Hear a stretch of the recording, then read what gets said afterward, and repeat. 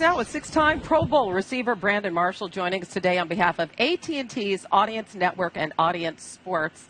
And this is a annual occurrence for us. It is. We talk every Super Bowl. You get the best sets. What's Thank your you. budget? Like, this is amazing. Isn't this San sweet? Francisco was amazing. This Yeah, year's amazing. I know. They do all this for you. Yeah, well, me and the gang, I hear right? that. This is my You're the adopted best. hometown. Houston's a great Really? spot, isn't it? Yeah, Yes, it's I love it amazing here. city. You've been in the league for 11 years, and here you are working on behalf of social media, and this is something that you've learned to deal with, right, along with everyone else through the years. What's been your biggest lesson regarding social media as it's become so popular, such a part of players' lives? The biggest lesson is that you're live, and everyone's watching you, and you're representing your wife, your family, the team that you play for, and you need to do it the right way. It's not yours. It's not yours. You can't. People think that you can go on social media and just say whatever, like, oh, this is my personal stuff. No, not if you're, you're a public figure. You have to be responsible with that platform, and that's why AT&T's Audience Sports hired me as the CEO of all social media. I like it. If only there was such a position, but I think It is. They hired me. That's why I'm here. You'd have a lot of headaches. You'd have a lot of headaches if you were truly the CEO of all social media. Where do players get in trouble? When we take it personal. Because you got to think about it. Our makeup, we're so emotional. We're passionate about it. It's a game, right? We start playing since when we're 5, 6 years old, some of us. So it's a game to us. And we forget the business side of it. And I struggled with that for a long time. It was just, this is football. What do you mean? Like, I have to say this or say that or present myself this way. This is football. Right. No, this is the entertainment business. That's what it is.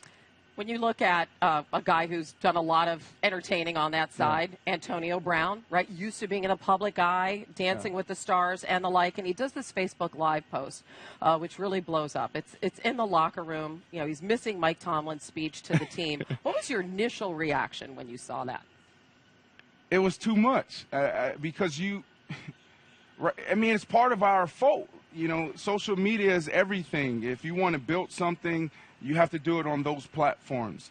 And the NFL gives, and the NBA, all of our professional leagues give access to everyone.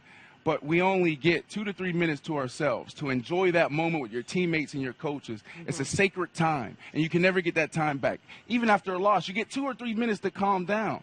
You get 2 or 3 minutes to reflect. That's it. So to me, that's precious time, and he'll learn from that, and his teammates love him, and they'll be fine. Now, you made a bet with him on who would have more receiving yards this season, and remind us exactly what the bet was. The bet was basically whoever had more yards gets the car. He had a Rolls Royce, and I had a Porsche, and I lost that bet. It wasn't even close. But what will happen to that car? So what he ended up doing, and this is how awesome of a guy he is. He said, I don't need any more cars. So Brandon, you go ahead and take that money and donate it to Project 375. How nice! Yeah, so That's Project fantastic. 375 gets another $200,000 in its account. That is amazing. And I'm making good on that. That's fantastic. Yes. That was the perfect way to handle that. That's on him. I love it. That was a on great him. way to handle it. So the Patriots are back in the Super Bowl again, a team you know so well. The Jets lost to them twice this year. It was 22-17 in Week 12, 41-3 in Week 16. 41-3? Yeah. Is that what's the biggest challenge the Falcons are going to face on Sunday? Wow. Put us in their shoes. It feels like, as broadcasters and commentators and as players and coaches, we think we know this team, right? That's the problem. You think you know this team and you prepare for them, and you get in the game and you see a totally different team. Not just 4 quarters, but every quarter they present something different. I think the matchup is going to be between Kyle Shanahan and Matt Patricia. That's where the game is going to be won. There's a lot of great players on this field tonight. That's why they're here. But this isn't about players. Talent only takes you so far. This is about who's going to win up here.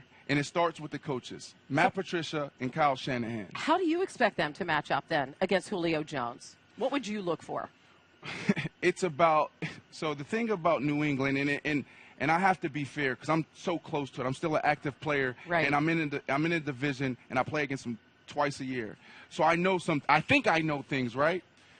So it doesn't feel right while they're preparing for the Super Bowl for me to come up here and say all these things I think I know, but I will say this because everyone knows But you're this. talking from experience. From right. experience. Okay. If there's a telltale sign, if there's a tendency, they will figure it out. So Julio Jones, they know Julio Jones, and they're going to present a problem for him. But Julio Jones is going to get his because Kyle Shanahan, he's a genius, and he'll get him in the right spot. But they'll contain him. So tell me about a tendency that you had, something that you did that they shut down. They for knew personal everything. experience. Logan Ryan, my first year in New York, they made Logan Ryan look like Darrelle Revis in his prime. I couldn't get off the line of scrimmage, and I couldn't figure it out. I was at halftime sitting there like, what is going on? And I finally figured out, I was like, oh, okay. But I'm not going to say that because then all of the NFL world is going to know. So. All right. What's your prediction for the Super Bowl? Patriots 31-27. You're going for the Pats because you're in the division, or Tom Brady, Bill Okay. Belichick, Matt Patricia, Yep. the most disciplined and prepared team in all of sports. Mm-hmm. In all of sports. That's why. But it's hard because Matt Ryan and that offense is doing something I think that we may have never seen before.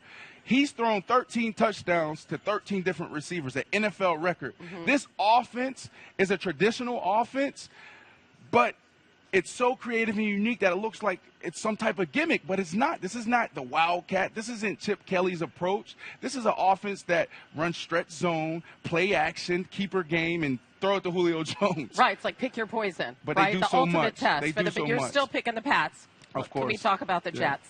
Yeah. All right, so you lobbied for Ryan Fitzpatrick. Yes. He struggled this season, quarterback position going forward. I like how you got so calm, like you went into your Did I went Barbara into the Walters. red zone? you know what's coming when I Yes, get you down zoned deep. it. All Okay, right, let's go. I'm ready. What does the team need to do at the quarterback position going forward? So last year I spent so much time and energy because I lobbied for Ryan, and I'll do it again because he had a tremendous year and we had a lot of success. And that's what teammates do. You stand up for each other. And not enough of us do it when others are going through negotiations. So I would do it again.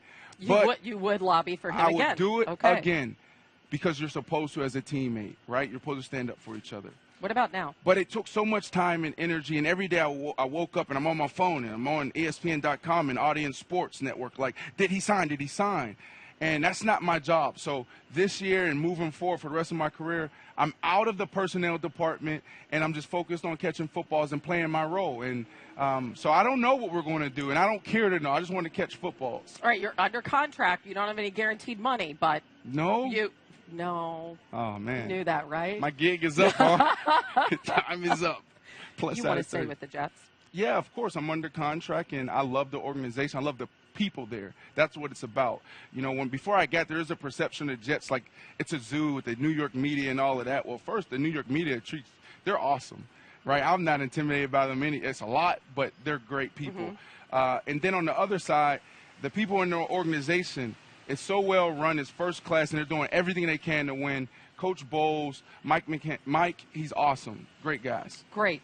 So you have picked the Patriots. Yep. Warren Moon has picked the Falcons. We're 1-1 right now. We're 1-1. And coming up, we're going to talk to Falcons owner Arthur Blank. He's But coming I on? appreciate it, Get him as to dance. always. Get him to dance.